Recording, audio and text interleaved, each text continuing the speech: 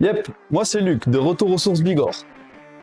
Parce que le meilleur moyen de savoir réellement ce qu'on mange, c'est encore d'aller vérifier par soi-même, j'ai décidé de vous amener avec moi à la rencontre des producteurs passionnés et engagés avec lesquels je travaille. C'est parti? Allez! Aujourd'hui, on est à Arbeost, en vallée d'Ouzoum, et on rend visite à Grégory des fromages de Papy, qui va nous ouvrir les portes de sa cave d'affinage et qui va nous montrer comment on obtient un bon fromage comme on sait les faire ici dans les Pyrénées. C'est parti? Allez!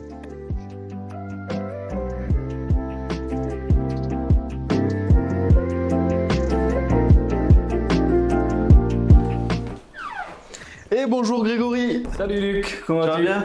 Bien et toi? Impeccable. Bon, Alors bienvenue. ça y est, on est dans ta cave? Voilà, bienvenue dans la cave d'affinage, Super, merci. dans la première salle, dite la salle de dégustation ici, où on affine un peu, mais on fait surtout rentrer les clients pour faire déguster un peu nos produits. La meilleure partie. Voilà. Ok, donc toi t'affines un peu de tout comme fromage. C'est Du ça. brebis, du chèvre, du mixte. Voilà, mixte Du vache, ouais. et du chèvre. Voilà. Ok, donc un peu de tout, du fort, du doux, c'est suivant l'affinage. C'est toi qui Selon, décides. selon ce que les gens veulent, il y a de tout. Donc ici c'est la même cave depuis combien de temps? Alors moi je suis la troisième génération avec Troisième cette génération. cave. Donc c'est mon beau-père Jean-Charles qui m'a cédé l'entreprise il y a maintenant 4 ans, en 2021. Et c'était son papa qui avait créé ça en 1948. Voilà. Incroyable. Donc voilà, incroyable. Une affaire de histoire, famille. Une belle affaire de famille. Voilà. Donc 48, ça fait plus de ça fait 75 ans C'est ça. qu'il y a des fromages qui C'est ça, vivent ici. qui vit ici. Ouais. Il y a quelques fromages qui sont passés. T'as des fromages qui sont vieux de 75 ans? Non, Non, pas tant ça que fait ça. beaucoup, peut-être. Ça serait très sec sinon. Voilà. Ça fait peut-être beaucoup, ouais. Voilà. Ok. Et là où tu as les fromages, la vraie cave d'affinage, La vraie cave d'affinage se trouve c'est de ce côté? devant toi. Et Ok. c'est là où je vais t'amener. Et on va regarder un peu le cœur de notre métier d'affineur, qui est cette cave-là, qui date de 1948, mais qui a été rénovée depuis. Ouais. Bah super, on va voir ça? Allez, très bien, je Allez. t'accompagne. Donc ici, on entre dans l'antre de l'affineur. Incroyable. Il y a une bonne odeur, hein. Quand on rentre, ça prend bien le nez. Oui, là c'est la bonne odeur de fromage. Voilà, Ouais, ça, ici. c'est sûr. Voilà. Ça c'est sûr. Donc, Donc voilà. ça c'est la cave originelle. C'est ça, c'est la cave qui date de 1948, donc rénovée dans les années 80 en termes de. Ouais, il y a eu Il y a une eu petite norme d'hygiène, Les j'imagine. normes Ouais. d'hygiène sont passées, donc forcément on a refait le plafond, on a refait les crépis des murs, on a refait le sol, puis c'était à l'époque c'était de la C'était terre de la terre battue, battue, c'était voilà, des choses plus naturelles. Mais voilà, les normes passant, on a fait quelque chose de plus qui colle aux Ok. normes sanitaires. Et là, je vois par rapport à la pièce d'avant, ça descend pas mal. C'est ça, ouais, t'as un bon mètre et demi. Et ça joue sur la température et Tout à tout fait. ça. Ça nous permet de garder une température stable, malgré le climat qui va être dehors plus chaud, plus froid, tout ça. Donc la cave, naturellement, elle tient aux alentours de 12-15 degrés. Ok. Selon. Et Après, on a, t'as pas besoin de mettre de clim ou de si, chauffage? on a si des moteurs juste au-dessus de toi, là, et t'as les moteurs qui peuvent rafraîchir la cave en période de très forte chaleur. Donc souvent les étés, quand on a des pics de chaleur qui montent à 35-40 degrés, comme aujourd'hui, ben, même à la montagne, on a le réchauffement climatique qui arrive. Et du coup, ça nous permet de maintenir la température de la cave aux alentours de 12, ce qui est convenable pour la tome des Pyrénées. Ok. Bah, tu me montres un peu, voir comment c'est? Viens voir, je vais t'amener voir un peu dans le cœur de la cave. Super. Donc viens voir, suis-moi.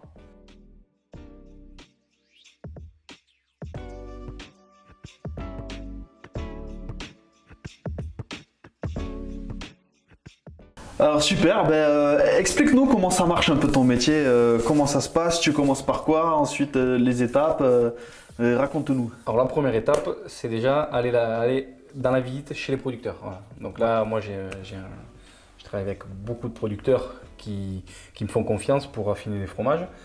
Et Parce que du coup, il faut savoir que toi, tu élèves pas les animaux, Non, tu fais voilà. pas du lait, tu non, pas du tout. Voilà. tu trouves des bons producteurs, tu achètes leur fromage Voilà. très très jeune. C'est ça, voilà. Donc nous, À combien de- le métier d'affineur est un métier qui est complémentaire à la production, c'est-à-dire qui vient ensuite de la production. Et donc moi, mon métier à moi, il est de vieillir le fromage. Souvent, on entend parler beaucoup du vieillissement du vin, mais le fromage aussi vieillit. Oui, dans des caves aussi. Et, voilà, et tout dans à des fait. caves aussi. Donc voilà. Donc là, on est dans la cave d'affinage de fromage avec différents fromages, comme ici, vous pouvez voir. Là, C'est les beaux brebis, c'est du ça. beau brebis. Donc ça, c'est les brebis tu connais Ouais. particulièrement. Je les connais très très bien. Voilà. Donc là, on est sur des brebis qui sont assez jeunes encore, qui ne sont pas complètement prêts pour la vente, puisque il leur manque encore, on va dire, 1 ou 2 mois d'affinage pour obtenir un goût top pour les clients. Et voilà. Donc tu vas chercher les fromages chez les producteurs. Ouais. Comment tu les choisis les producteurs? Alors les producteurs, il y a un choix qui se fait depuis tellement d'années. Ouais, Aujourd'hui, on travaille avec des producteurs, ça fait 3-4 générations qu'on c'est a les avec eux. fournisseurs historiques. Voilà, c'est ça, c'est des producteurs historiques avec qui on est depuis très longtemps. Et moi, depuis 4 ans, j'ai amené ma petite patte et j'ai découvert des nouveaux producteurs qui m'ont amené des goûts et des fromages qui me manquaient un peu dans le panel que j'avais besoin. Ok. Et donc ces producteurs-là, tu sais comment ils travaillent, tu sais comment ils élèvent leurs bêtes, Voilà, qu'est-ce qu'ils donnent à manger à leurs bêtes. Exactement, voilà, ouais, ça fait partie des critères de sélection. C'est hyper important de savoir comment sont élevées les bêtes, comment les bêtes sont nourries, où elles vivent, comment ils les transhument en montagne aussi. Et voilà, tout ça fait partie un petit peu du circuit où nous on va chercher le produit parfait pour présenter, quoi. Voilà. Ouais, parce que finalement l'éthique amène le goût aussi. Exactement, exactement. Nous voilà, dans la famille, c'est toujours été des produits fermiers qu'on recherchait avant tout. Okay. Voilà, donc autant que possible pour garder l'authenticité et le goût des bons produits des Pyrénées. Et comment tu les trouves ces producteurs? Donc il y a les producteurs historiques. Alors il y a les producteurs historiques, après les nouveaux, c'est souvent de bouche à oreille. Ou des gens qui nous connaissent, qui nous sollicitent, qui nous appellent pour nous dire qu'on aimerait éventuellement travailler avec vous un peu pour l'affinage, tout ça. Okay. Après moi, mon métier, c'est vraiment, j'affine pour moi, pour ma clientèle. Je n'affine pas pour les autres. Voilà. Oui, c'est le fromage qui rentre ici, c'est toi qui vas le vendre et tu sais à qui tu le vends. Je l'achète pour le commercialiser moi-même. Voilà. Ok, tout à fait. Voilà. Ok, donc tu vas chez ces fermiers. Tu leur prends des tomes. Quel âge elles ont les tomes? Ça peut. Enfin, alors après ça dépend aussi comment est la saison, si les caves des producteurs sont pleines ou pas. Mais en règle générale, je les prends assez jeunes. Ils ont un petit mois de fabrication. Ils sont encore tout jeunes, tout frais, et ils viennent faire leur croûte dans la cave. Voilà. Ok. Donc quand tu les as, c'est des fromages très roses qui collent un peu. Ouais, voilà, des fromages qui vont coller un peu. Mou. Je t'en montrerai un, j'en ai quelques-uns après là que je peux te montrer qui sont en cours d'affinage justement, qui sont un peu crémeux et qui sont pas prêts à être vendus. Voilà. Ok. Là par exemple ce brebis là, tu vois, c'est un fromage qui a 4 mois, mais qui est encore un peu tendre pour du brebis. Voilà, il va lui falloir encore un petit mois et demi, 2 mois pour arriver jusqu'à 5-6 mois pour être commercialisé et puis pour être apprécié à ça justement. Ok, d'accord. Donc tu prends ces tomes, tu les amènes ici et là c'est quoi les étapes, c'est quoi le quotidien au niveau de l'affinage? Le quotidien après il est important ici, c'est que moi mon quotidien ça va être de frotter, tourner les fromages. Pour essayer d'obtenir la pâte la plus jolie possible, la croûte la plus jolie possible. Qui s'aère des deux côtés. Qui s'aère des deux côtés, exactement. Surtout voilà, que le produit ne colle pas par exemple à la planche pour pas qu'il soit qu'il s'use d'un côté et de l'autre. Voilà. Donc il y a un travail récurrent toutes les semaines. Ok, c'est du quotidien ou c'est du hebdomadaire? C'est du hebdomadaire.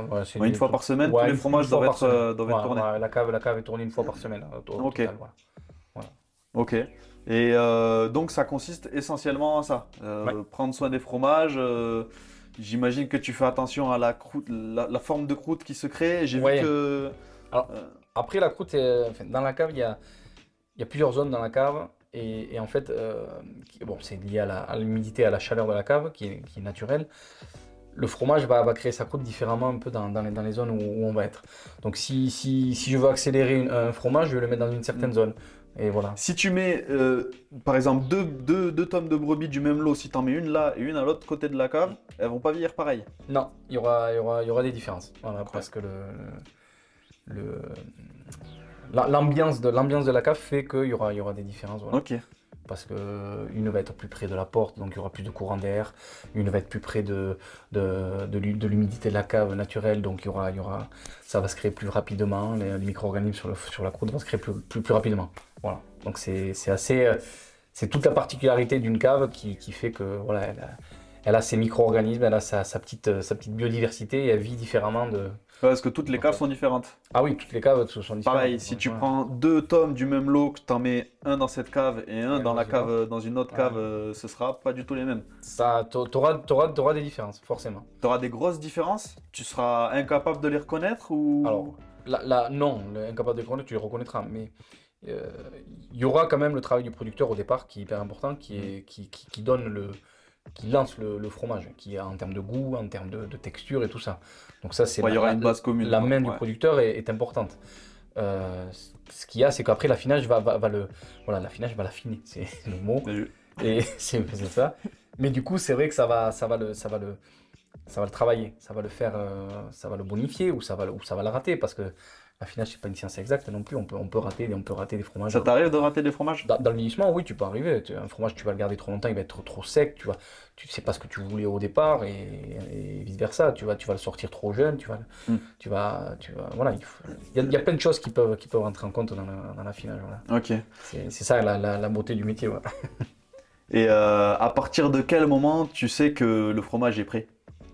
Alors là, ça va être faire. C'est plus. Alors, il y a une période à respecter. Il y a un minimum. Il y a un minimum. Ouais. Voilà, les brebis, je les garde minimum 6 mois. Ok. Un fromage de vache, on va le garder minimum 3 mois pour garder un peu de crème. Voilà, c'est ce qu'on souhaite aussi vouloir. Mais après, il y a aussi une question de sensibilité, c'est-à-dire on va s'approcher du produit, on va le toucher, on va le frotter, on va le tourner, on va regarder comment il a vécu. Et peut-être qu'un produit qui n'a que, je dis une bêtise, sur un brebis qui va avoir 4 mois, mais on va le sentir bien parce qu'il va il va répondre à la demande qu'on nous demande, c'est-à-dire un produit plus jeune, plus crémeux, voilà, qui est moins vieux, moins ci, moins ça. Ok. Donc on va apprendre, on va toucher le produit, on va le sonder, on va chercher un peu voir. C'est du feeling, de l'expérience. Oui, ça se fait à l'expérience. Okay. T'as pas besoin de les goûter, forcément. Non, pas forcément. Pourquoi? Parce que moi je connais les produits. Donc, je connais tous les goûts des produits. Je sais que celui-là va être un peu plus de goût, celui-là va être plus léger, celui-là va être plus crémeux, celui-là va être. C'est ce que je te dis, c'est que la base du produit, comme on connaît bien les producteurs, on sait que le producteur va nous faire un produit qui est quand même assez linéaire tout le temps. C'est-à-dire que la pâte du producteur, elle bouge pas trop. Ouais. Voilà, c'est-à-dire la base est toujours plus ou moins la même et tu sais sur quoi Voilà. Tu sais à quoi t'en tenir. C'est ça, exactement. Voilà. Ok. Et donc du coup, on connaît bien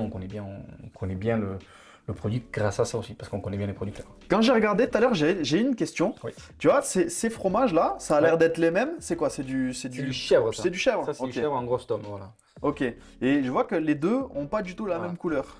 Donc là, tout à fait, parce qu'en fait, alors il y a une raison simple, c'est que tout à l'heure je te le disais, c'est que selon l'endroit où on place les fromages, le fromage va vivre différemment. Et là, tu as un exemple concret qui est que ces deux productions différentes sur les dates. C'est-à-dire que ça, c'est pas le même lot. C'est pas le même lot. Okay. Ça, c'est des fromages plus jeunes et ça plus vieux, forcément. Donc ça, c'est des fromages qui rapprochent de. Donc c'est même producteur, mais pas le même lot. Exactement. Okay. Là, on est sur un produit qui approche l'année d'affinage. Voilà. C'est pour ça qu'il m'en reste pas beaucoup. Il doit être un peu sec, quoi, celui-là. Il est un peu sec, mais pas fort en goût. Mais voilà, ce que tu peux constater, c'est que sur celui-ci, un produit qui a 1 an, et sur celui-ci, un produit qui a. Celui-là, il a 6 mois de moins. Tu vois que la croûte a travaillé différemment. Ouais. Alors pourquoi? Celui-là, ce fromage-là, je l'avais placé à un endroit un peu plus spécifique dans la cave, un endroit un peu plus humide. Donc dans un coin de cave, je l'avais mis là-bas, dans le coin de la cave, où l'humidité est plus costaud, et donc du coup ça rend un fromage un peu plus... Ça fait vivre un peu plus les bactéries dessus. Et ce couleur ocre, c'est un peu l'oxydation un peu du fromage qui travaille. Voilà. Donc là j'avais fait en sorte de pas trop le frotter, que tu le voyes, que tu t'aperçoives de ce que c'était. Mais ça, normalement, c'est un fromage qu'on nettoie. Ouais, en temps normal, tu le avant la vente. Voilà, okay. Avant la vente, on le nettoie bien. Nettoie, c'est quoi? Tu passes un coup de brosse? Voilà, frotter, chiffon sec, autant que possible, pour éviter parce que si tu rajoutes de l'humidité, ça rajoute de la bactérie dessus. Donc autant que possible, chiffon sec. Et par contre, chaque fromage, on frotte avec un chiffon différent, pour pas amener les bactéries de monsieur sur les bactéries de monsieur. Ok. Voilà. Ouais. Donc du coup, voilà. Et là, celui-là, voilà, fromage beaucoup plus qui est resté un peu plus à l'ombre et un peu moins vers l'humidité, on s'aperçoit que la croûte est un peu plus blanche, un peu plus... Et la poussière dessus, enfin la poussière, la croûte dessus a l'air un peu plus sèche. Alors la poussière, ce que tu appelles la poussière, vas-y. nous on appelle ça la laquère. Laquère. Donc c'est les micro-organismes du fromage qui vivent et qui font que le fromage, ben voilà, il fait sa croûte. Ok. Donc la poussière, laquère, Voilà. c'est de la pré-croûte. C'est la croûte qui s'efface un peu. Voilà, Qui s'efface, ok. qui s'en va, ouais. D'accord. Elle se rend en poussière et du coup ça c'est des choses qu'il faut frotter. Voilà, ça c'est des choses qu'on enlève. Ok. Pour obtenir une pâte lisse et jolie comme on voyait tout à l'heure sur les brebis. Et si tu l'enlèves pas, ça fait quoi? Ça fait ça? Eh ben, si tu l'enlèves pas, ça va creuser le fromage et ça va devenir, voilà, le fromage va se creuser de plus en plus Ok. et ça va donner un aspect pas très esthétique. Ouais, la croûte va aller de plus en plus vers l'intérieur, on aura moins de fromage. C'est ça, exactement. Ok. Ça mange la pâte à l'intérieur. Ok, super. Donc là, tu vois, t'as des mixtes, tu vois, que je vais travailler aujourd'hui, que je vais nettoyer, que je vais entretenir aujourd'hui. Là, ici, tu vas avoir des brebis déjà traitées et déjà travaillées, frottées. Donc là, voilà, bon, là, on a des fromages qui sont jeunes, qui sont pas prêts à la vente. Ça, c'est des mixtes qui vont pouvoir partir ils vont pas tarder, à la vente. ouais. Ceux-là, ils sont bien. Là. Ils ont 6 mois, ceux-là? Ceux-là, ouais, ils approchent des 6 mois. Ouais, ils ont 4 Ok. mois. Voilà, 4 mois et demi, voilà. Donc ça, mais le mix, c'est pareil. Comme tu as du lait de vache dedans. Oui, comme le vache, c'est 3 mois, Voilà, et le brebis, c'est 6. mois, voilà, on peut... Le vache, c'est 4 et demi. Voilà. Après, C'est des mathématiques, en fait. Ouais, c'est des trucs mémotechniques, mais si tu veux, il n'y a pas de règle. Un fromage, tu peux le garder plus longtemps. Hein. Moi, j'ai eu des fromages que j'ai gardé 1 an et demi. Et ils avaient des goûts fantastiques. Ça vaut le coup? Ouais, il y a des trucs, ça vaut le coup. Mais il faut, ce que je disais, il faut de la patience. Tu t'en fais pas pour toi Si, un peu, si. Si, j'en garde quelques-uns. Tout à l'heure, je te montrais le fièvre. Ouais. Tu vois, ça, c'est des produits que moi j'affectionne. Donc, je me pousse un peu les produits comme ça. Après, voilà, après, il y a de la demande. Mais aujourd'hui, on est vraiment sur une demande où on veut du fromage plus ou moins tendre, pas trop fort quand même. Voilà, donc c'est ça. Donc là, je te montrais aussi un peu en avançant, tu vois. Ouais. Je vais te montrer ici, t'as les fromages mixtes ici. Donc tu vois, ceux-là qui sont... Ça, c'est d'autres mixtes. Ça, c'est d'autres mixtes de notre producteur. Carrément, Et ça, cela demande un peu encore d'affinage, tu vois. Et donc ça, c'est un lot qui va sortir d'ici 2 mois et demi à peu près. Donc courant, je pense fin août, ils sortiront. Et à l'inverse, tu as le lot que j'avais récupéré juste d'avant qui est ici. Et là, celui-là, par contre, est prêt à partir à la vente. Voilà, donc là, ça, c'est des produits que tu connais. Ça ressemble beaucoup à des produits que je connais. Ouais. Exactement, mais ça, c'est ceux que tu me prends et que tu connais particulièrement bien. Voilà. Et que je mange régulièrement. Voilà. Et là, ici, tu as ici, brebis. là, on est sur du brebis, voilà. Ouais. Donc, brebis, pareil, là, 6 mois d'affinage. Donc, là, ça, c'est des fromages qui vont être prêts à partir, qui vont être travaillés aujourd'hui un petit peu pour leur faire une petite beauté, quoi. Et voilà. Ok. Et donc en gros, plus on s'approche de ce côté-là de la cave, plus c'est les fromages qui sont prêts. Qui partent, qui sont prêts. Voilà. Donc ça veut dire que est plus humide.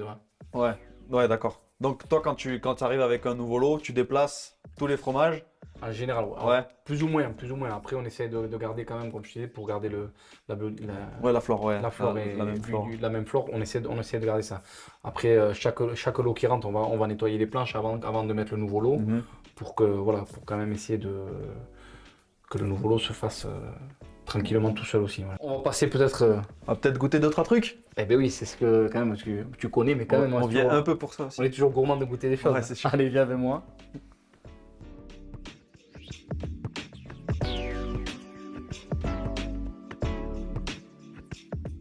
Donc voilà, nous voilà un peu à la dégustation maintenant, un peu le moment quand même qui fait un des meilleurs moments. Voilà, même si tu les connais, ça fait toujours plaisir de les goûter un peu. C'est ça, voilà.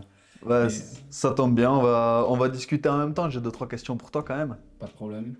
J'en profite, je te présente Jean-Charles, mon beau-père, donc du coup... Enchanté. Voilà. Content de vous connaître. Avec plaisir. Voilà, Jean-Charles à qui j'ai repris l'entreprise il y a 4 ans maintenant, 2021. Voilà, bon. Donc c'est ça. Donc vous avez passé votre vie à affiner du fromage aussi? Tout à fait. Ouais. Oui, bon, j'ai repris officiellement en 82, le commerce de mon père qu'il avait créé en 48, et je ne suis pas sorti. Il me donne toujours des coups de main. Voilà. Ouais. Si j'étais parti 1 an et demi, quand j'ai fait le service militaire, à l'époque, on faisait le service militaire. On compte pas, c'est bon. Voilà, bon. Donc, ouais, en fait, là, votre façon de travailler, ça fait 3 générations du coup, tu as la 3e, Oui, c'est ça. que vous la perfectionnez. Il y a des petits changements à chaque fois ou c'est très ancestral L'affinage et tout ça, c'est un peu ancestral. Après la vente et tout ça, ça se modifie, ça se perfectionne, ça change, la mentalité, tout. Oui, ça Julien laisse le. Bon. Parce que toi, tu fais les marchés, C'est ça, c'est principalement là où tu écoules la plupart de tes fromages. Voilà, j'ai 3 marchés par semaine. Le la mardi. vôtre. Ouais, tu sers-toi, c'est fait pour, hein, tu peux y aller. 3 marchés par semaine, le mardi, le mercredi et le samedi, je suis. Voilà. Le reste de la semaine, je suis à la cave le lundi et le jeudi pour travailler un peu avec Jean-Charles et moi, un peu travailler à la cave. Dans la semaine, je trouve un temps pour aller chez les producteurs un peu, donc voilà, soit le lundi, soit le jeudi, selon les demandes et voilà, selon les périodes. Et le vendredi matin, en règle générale, je suis en tournée et c'est là que je te visite à toi, Luc, Au meilleur moment de la semaine. pour t'amener un peu la commande de la semaine et parler un peu et discuter toujours un peu Ok. des choses et d'autres. Donc ouais, toi, tes réseaux de distribution, ça va être donc en direct, marché. Il y a des gens qui viennent ici aussi? Ouais, quelques Ouais. visites à la cave, Un peu de moins, messages. un peu moins, mais oui, c'était. C'est les historiques, j'imagine? Oui, voilà. Voilà, les gens qui puis connaissent. voilà, les gens du pays ou du village, les gens qui font un tour le dimanche, qui viennent quand je suis là ou dans la semaine, des personnes des fois souvent un peu âgées qui viennent faire un tour, les enfants aussi d'ailleurs. Ouais, les vieux clients. Oui, les vieux clients, il y a toujours, Manger un bout de fromage, se faire payer un café. Deux fois ça arrive Ouais. aussi, oui. C'est ça, exact. C'est Jean-Charles a vu grandir des générations de clients. quoi. Eh oui. Oui, oui. Ouais. Oui, oui, oui. Ben, voilà. Ok. Donc, Et donc ça, marché ici et quelques épiceries, voilà, Et du comme la professionnel. mienne. Voilà, exactement. Voilà. Des fromagers et Ouais. épiceries. Ouais, fromager, épicerie, restauration. Restauration aussi, ouais. Voilà, on fait des restaurateurs, voilà, on fait. Et voilà, surtout on essaie de travailler avec des gens qui savent mettre en avant le produit, voilà. Comme toi, tu sais bien le faire. Bah, avec plaisir en plus. Voilà. Voilà, sers-toi, c'est bon. Ok. Ouais, moi le chef, j'avais jamais goûté encore. Alors ça, voilà, c'est le chef que je te montrais tout à l'heure, le très vieux. Voilà, donc ça c'est Sent bon. C'est un fromage qui a passé les 1 an, voilà, donc assez sec, mais pas fort en goût quand même. Tu vois. Tu remarques que un fromage qui va pas être trop salé, qui a une texture qui est assez sèche, mais qui se laisse manger. Non, les bons. Ça fait combien de temps que toi tu as repris la cave du coup? Moi, la date exacte, c'est le 8 septembre 2021. J'ai repris Ok. la suite de Jean-Charles. Voilà. Ok. La passation officielle s'est faite le 8 septembre 2021. Et ça s'est goupillé comment? Parce que tu faisais pas ça avant. Non, pas du tout. Moi, j'étais dans le commerce. J'ai fait 10 ans dans la vente de peinture bâtiment. C'était pas la même chose. C'était pas du tout le même métier. Mais je suis dans la famille de Jean-Charles depuis. Je suis avec sa fille. Je suis marié avec sa fille. Et ça fait bientôt 15 ans qu'on est ensemble. Donc, je connais un peu la. Vous avez fait connaissance déjà. Ouais. Oui, voilà, oui. Bon, étant gourmand de fromage, Ouais. voilà, j'étais content de trouver un beau-père raffineur. Ouais. C'était bon. Et du coup, ça s'est passé comment au moment où vous avez voulu prendre votre retraite? Tu t'es un peu imposé ou ça s'est fait naturellement? C'est lui qui a proposé? On peut dire que ça se fait naturellement. Ouais, totalement En naturellement. parlant, c'est un peu, puis un peu, puis un peu, puis Voilà. un peu. Et puis au bout d'un moment, on passe le cap. voilà, Ça, voilà. oui, ça a mis du temps, puisque je pense que les premières discussions remontent à bien 5-6 ans de ça, tu vois. Oui, c'est oui. ça, tu sais, quand Jean-Charles a commencé à penser à sa prise de retraite, voilà, il m'a dit, ouais, je sais pas. Et puis, c'est venu de Jean-Charles, la proposition, me dire, ouais, ça t'intéresserait, tu sais, c'est toujours un peu. On y allait tranquillement, voilà, voilà. et ça s'est fait naturellement. Et de toute Voilà, façon, ça s'est fait tout seul. Ouais, tout seul, voilà. Ok. Et puis voilà, et puis Et voilà, depuis, tu- moi j'étais dans un schéma de grosse entreprise, Ouais. où, voilà, on était. C'était pas les mêmes dynamiques de travail. Non, voilà, et moi j'avais envie un peu de retrouver un peu ce côté proche de dans le commerce, proche de la clientèle, avoir un produit, tu saches où ça vient, d'où ça vient, où ça va, Mhm. et voilà, un peu. Trouver un peu de sens, des choses Voilà, comme ça. exactement. Ouais. Trouver un sens vraiment au métier que tu fais, à la vente que tu veux faire, puisque moi, la finalité, c'est de la vente. Mhm. Mais voilà, là, il y a quand même un travail d'affinage, il y a un travail de préparation, d'achat, de fromage. Donc, il y a tout un circuit qui est qui donne du sens, voilà, Mm. qui prend du sens. Voilà. Est-ce que quand tu affines un fromage, tu vois si est en train de pas partir correctement? Est-ce qu'il y a des petits trucs, des... Oui, tu t'aperçois que le fromage ne prend pas une bonne direction, on va dire, quelque chose qui... Après, à rattraper, c'est difficile parce qu'on n'est pas dans la fabrication, donc on est vraiment dans l'affinage. Donc, ben, c'est là que tu vas te dire, ben, le fromage, ben, il faut le sortir, le vendre. Voilà, si c'est pas trop... Si le fromage n'a pas trop de déchets. Ça t'est déjà arrivé de perdre des fromages ou des lots ou des choses Non, comme des ça? entiers, non. Non. Parce qu'en général, non. Oui, un peu de casse en l'air. Non, hein. oui, en général, voilà, en général, il y a quand même un retour avec les producteurs. Oui, Ils arrivent à jouer le jeu, de reprendre un fromage qui n'a pas joué le jeu, qui va avoir gonflé pourquoi? Parce que dedans, il y a. Voilà, c'est un micro-organisme. Le fromage, c'est un micro-organisme. Donc dedans, tu sais pas pourquoi celui-là, il va mal tourner alors que l'autre, oui. Mais aujourd'hui, comme dit Jean-Charles, aujourd'hui, dans le métier actuel, on a très peu de déchets parce que les producteurs sont très bien équipés. Je pense Ils ont des analyses du lait, tout ça, donc c'est plus comme dans le temps où il y avait, quand il y avait un problème dans un troupeau, t'avais toute une cave contaminée, quoi. Ouais. Les contrôles étaient moins Oui. forts qu'aujourd'hui. Voilà, aujourd'hui, on est quand même tous bien contrôlés, ce qui est un gage aussi de sécurité pour nous-mêmes, hein, déjà, parce que le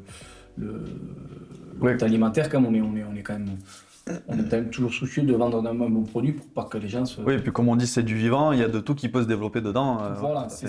c'est ça. Donc c'est un produit qui va vivre, qui va se transformer dans le temps et qui va chercher son chemin, voilà, tout seul. Ok. Mais en soi, voilà, aujourd'hui on est quand même bien préparé. Les producteurs sont bien préparés, on est bien préparé, on est bien suivi. Et la casse, ça existe quasiment plus. Il y en a, mais Là, vous avez vu une évolution là-dessus, par exemple, par rapport à l'époque où c'était vous qui travailliez. Oui, mais je trouve, même à l'époque, il y avait un peu de casse, mais c'était pas quand même. Il y avait eu des pépins, mais c'était pas quand même catastrophique, non? Ouais. C'était. Oui, qu'est-ce qui arrivait comme pépin? Un lot de fromage qui avait gonflé suite à une bête il y a eu des problèmes. La Ah listeria que ça avait sorti, bon, je n'avais jamais été touché par ça, mais des fois il y a eu des. Oui. Ouais. Ouais, ok. non, mais ça, voilà, par exemple, mais le cas le plus grave, c'est la hystéria, par exemple, pour le fromage. Et ça, donc, en cave, nous, c'est pas quelque chose qu'on risque d'attraper. Oui, vous, Fromage, c'est plutôt quelque chose La qui, hystéria, c'est quelque chose qui est à la fabrication. ouais, qui est chez les Voilà, chez les c'est éleveurs. quelque chose- voilà, chez les éleveurs. Et qui est très contrôlé chez les éleveurs Et d'ailleurs. qui est très contrôlé. Nous, sur chaque lot de fromage, on a une analyse de fromage. Donc, Ouais. nous, on sait déjà. Le lait a déjà été. Le lait a déjà été contrôlé. Donc, si tu veux, ça, c'est Puis, c'est des. Quand ils tirent le lait aux bêtes, ils mettent un buvard. Alors, quand ils mettent le lait d'une bête, le buvard change de couleur. C'est là qu'on s'aperçoit qu'il y a un le lait problème, dans une voilà. bête. Ouais. Voilà, oui. Ok, d'accord. Si on doit, est-ce qu'il y a des trucs, des tips qu'on peut voir sur un fromage, savoir si c'est un bon fromage ou si c'est un fromage pas terrible, un peu industriel, ou il n'y a pas de clé, il y a pas Non. de vérité. Non, il n'y a pas de vérité, puisque je te dis, à la fabrication, la production, aujourd'hui, la mécanisation s'est faite assez rapidement dans ces métiers-là.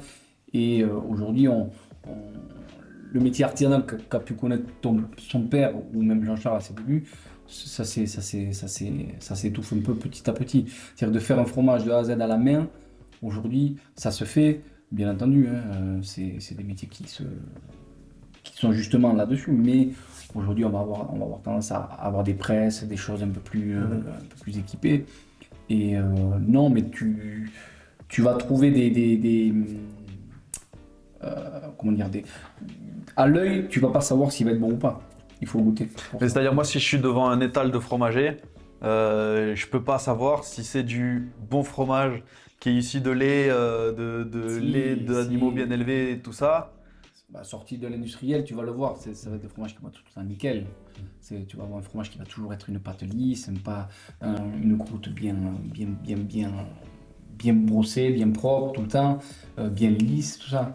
Après voilà, un fromage qui travaille, un peu comme à l'image de celui-là, tu vois, là, tu vois, la croûte, elle a vécu, quoi, elle est un peu... il y a des petites imperfections, voilà. Comme on l'a dit, ça fait 3 générations que vous affinez du fromage. Mais comment vous voyez l'avenir? Est-ce que le métier d'affineur a un avenir? Est-ce que vous pensez que c'est quelque chose qui va se perdre petit à petit? Est-ce que ton fils va reprendre? Oui. Alors déjà, avant de parler des enfants qui reprennent, on va parler déjà de moi, de ma carrière à moi qui a pris un départ il y a 4 ans. Le métier de l'affinage, il sera toujours là. Par exemple, c'est pas un métier qui sera remplacé par l'intelligence artificielle aujourd'hui. Ça va être très dur. Fiat. Ouais, les robots, mais peut-être, mais bon, non. Non, il y a quand même une expertise d'avoir un œil, un toucher, un ressenti, un truc qu'il va avoir. Mais le métier de l'affineur, il sera toujours présent. Pourquoi? Parce que tant qu'il y aura de la fabrication de fromage, il y aura besoin de l'affineur. On ne peut pas dissocier l'affineur de la production. Il y aura toujours un producteur et un affineur. Il y a des producteurs qui affinent pour eux, il y a des producteurs qui nous font affiner pour nous, pour eux, voilà. Mais il y aura toujours ce métier-là. Ce métier-là, je pense qu'il sera encore là dans beaucoup d'années. Ok, donc tu penses que c'est quelque chose un héritage qu'on gardera très très longtemps et quelque chose qui sera dans nos racines à jamais. Cas, dans les Pyrénées, je le souhaite. Ouais. Dans les Pyrénées, je le souhaite.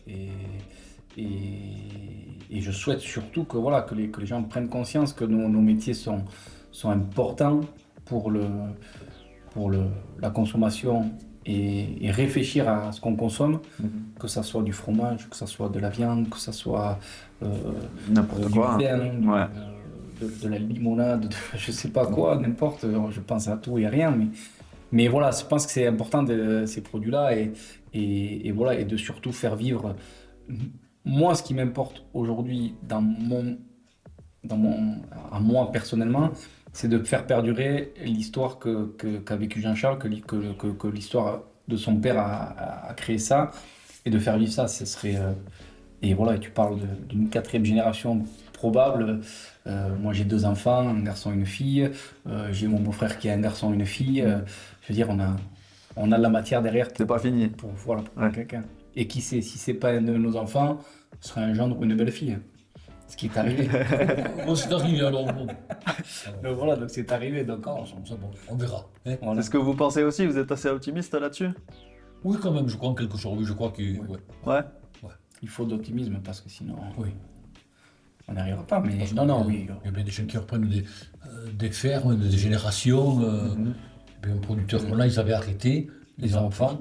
Ils ont laissé 2 frères. Hein. Ils ont repris. Ils ont repris la ferme. Voilà, donc c'est ça aussi. Il faut. Nous, notre métier, il ne tiendra que si le milieu agricole aussi et les producteurs arrivent à survivre. Donc c'est ça la difficulté aujourd'hui. Aujourd'hui, c'est que voilà, on prenne conscience que les producteurs, les paysans, tout ça, ils aient du travail. Mais pour qu'ils aient du travail, il faut réfléchir à son consommation. Donc, mangez du fromage, messieurs, dames. Je ne les connais pas. Voilà. Bon. Eh ben merci beaucoup. Mais merci à toi. C'était super intéressant. Moi, j'aime beaucoup le fromage. Je sais pas si ça s'est vu, j'ai pioché 2-3 fois. Ouais, non, mais tu peux y aller. J'aime beaucoup le fromage, j'ai beaucoup aimé découvrir ce métier. Bon, c'est gentil. J'espère que c'est votre cas aussi. Merci à vous d'avoir suivi la vidéo. N'hésitez pas à nous suivre sur tout ce qui est réseaux sociaux, à partager la vidéo parce que ça aide grandement. Et surtout à venir en magasin pour goûter ces fabuleux produits. Ils seront toujours là, hein. Donc à bientôt. Allez, au revoir.